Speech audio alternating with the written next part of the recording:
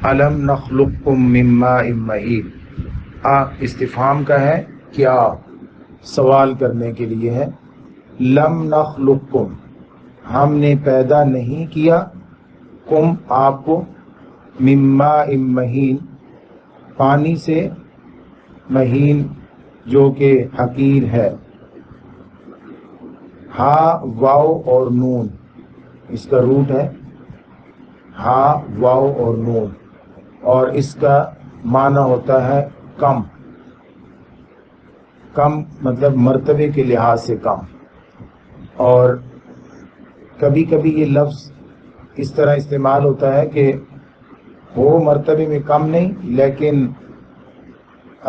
ظاہر ایسا کیا جائے یا برتاؤ ایسے کیا جائے کہ جیسے مرتبے میں کم ہو۔ وَعِبَادُ الرَّحْمَنِ الَّذِينَ يَمْشُونَ عَلَى الْأَرْضِ ہَوْنًا، وہ جو ہَوْنًا ہے وہ بھی یہی روٹ ہے اس کا، ہا واو اور نون۔ وہ اللہ کے جو بندے ہیں وہ زمین پر تواضع کے ساتھ چلتے ہیں۔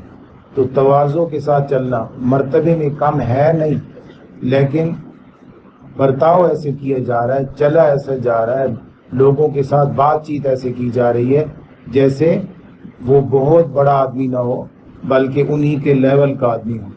یہ اللہ کے بندوں کی نشانیوں میں سے ایک نشانی۔ تو ہون کا ایک معنی ہو گیا کہ مرتبے میں کم نہ ہو اور اپنے آپ کو مرتبے میں کم سمجھے بھی نہیں، لیکن لوگوں کے ساتھ برتاؤ اور روش ایسی ہو کہ جیسے کم مرتبے میں ہو۔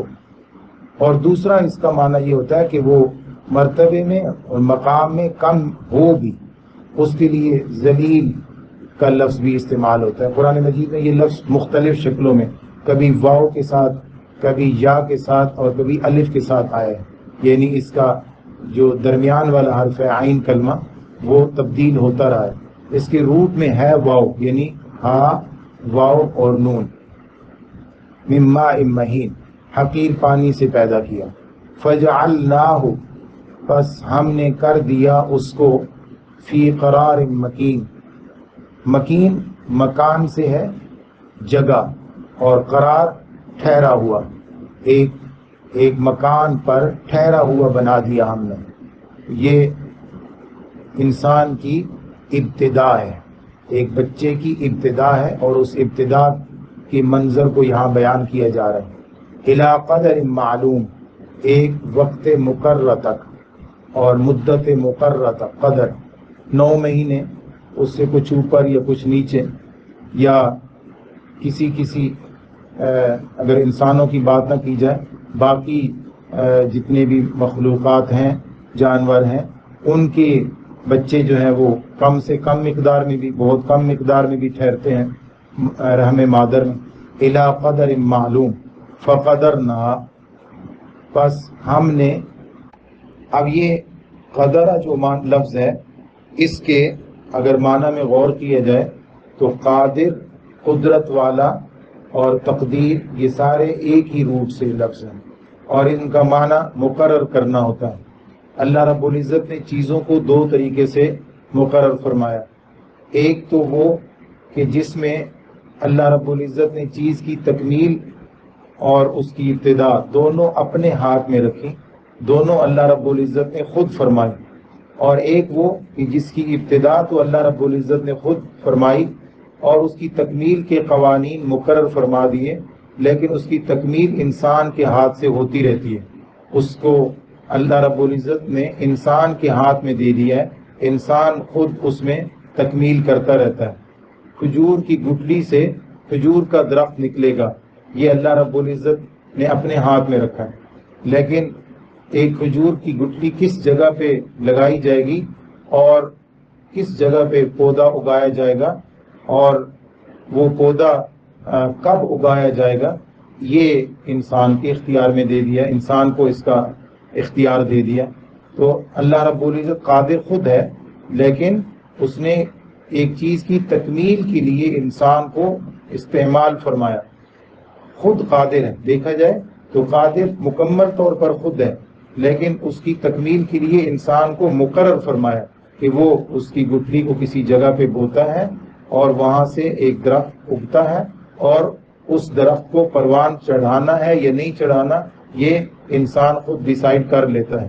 فقدرنا، اگر انسان کے بارے میں دیکھا جائے تو انسان کے نطفے سے انسان ہی پیدا ہوگا، کوئی اور چیز نہیں. یہ اللہ رب العزت نے اپنے اختیار سے متعین فرما دیا ہے.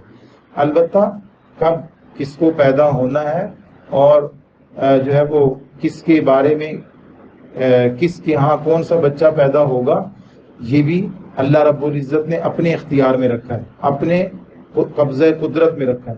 لیکن انسان سے انسان کو پیدا کرنے کے لیے انسان کو استعمال کیا ہے. اس میں انسان یہ نہیں سمجھ سکتا کہ میں قادر ہوں اس پر، اس کو استعمال کیا گیا ہے. فقدرنا، پھر ہم اس پر قادر ہیں، یعنی ہم نے اس کے لیے سارے مراحل ساری منازل طے کی ہیں. یا یوں بھی کہا جا سکتا ہے کہ ایک بچے کی پیدائش کے موقع پر ہم نے اس کے بارے میں ساری چیزیں طے کی ہیں کہ اس کا قد کتنا ہوگا اور اس کی قسمت کیسی ہوگی، اس کی عمر کیسی ہوگی اور اس کی صحت کیسی رہے گی، اس کا وزن کتنا رہے گا، اس کی ہڈیوں میں لمبائی چوڑائی کتنی ہوگی، اس کے جسم پر گوشت کتنا ہوگا. یہ سارا ہم طے کرتے ہیں. یہ انسانی باڈی کے بارے میں جتنی بھی چیزیں ہیں یہ اللہ رب العزت ڈیسائیڈ کرتے ہیں. فقدرنا، یعنی قد کے بارے میں، جسامت کے بارے میں ساری چیزیں اللہ رب العزت متعین فرماتے ہیں. اس کا رنگ کیسا ہوگا یہ اللہ رب العزت متعین فرماتے ہیں. حضور نبی کریم صلی اللہ علیہ وآلہ وسلم کی حدیث مبارکہ جو میں پہلے بھی کئی بار سنا چکا ہوں کہ 120 دن کے بعد فرشتہ آتا ہے اور وہ اس کے بارے میں 4 چیزیں متعین کر دیتا ہے. اس کا رزق کتنا ہوگا، یہ خوش قسمت ہوگا، اس کی عمر کتنی ہوگی یا یہ بدقسمت ہوگا. یہ چیزیں فرشتہ 120 دن کے بعد طے کر کے چھوڑ جاتا ہے. فقدرنا، اللہ رب فرماتے ہیں فنعم القادرون. سو دیکھو ہم کتنے بہترین اندازہ لگانے والے ہیں یا ہم کتنے بہترین قدرت والے ہیں. ایک انسان اپنی جسامت پر جب غور کرتا ہے تو اسے پتہ چلتا ہے کہ اس کے اس جسم کو بنانے والا، اس شاہکار کو بنانے والا خود کتنا بڑا خلاق ہے کہ اس نے ہر چیز کو اس طریقے سے بنا دیا ہے جس طریقے سے اس باڈی کی ضرورت تھی. اس جسم کی جیسی ضرورت تھی اس کی ضرورت کے مطابق بہترین فنکشنل باڈی اس نے بنائی ہے. فنعم القادرون، دیکھو ہم کتنے بہترین قدرت رکھنے والے ہیں یا کتنا بہترین اندازہ لگانے والے ہیں. وَيْلٌ يَوْمَئِذٍ لِّلْمُكَذِّبِينَ، تباہی ہے اس دن جھٹلانے والوں کے لیے جس نے اس جسم پر غور نہیں کیا اور اس جسم پر قدرت رکھنے والے اللہ کی ذات کو پہچانا نہیں، اس نے اپنے آپ کو ہلاکت میں ڈال دیا. اللہ رب العالمین اس ہلاکت سے محفوظ فرمائے.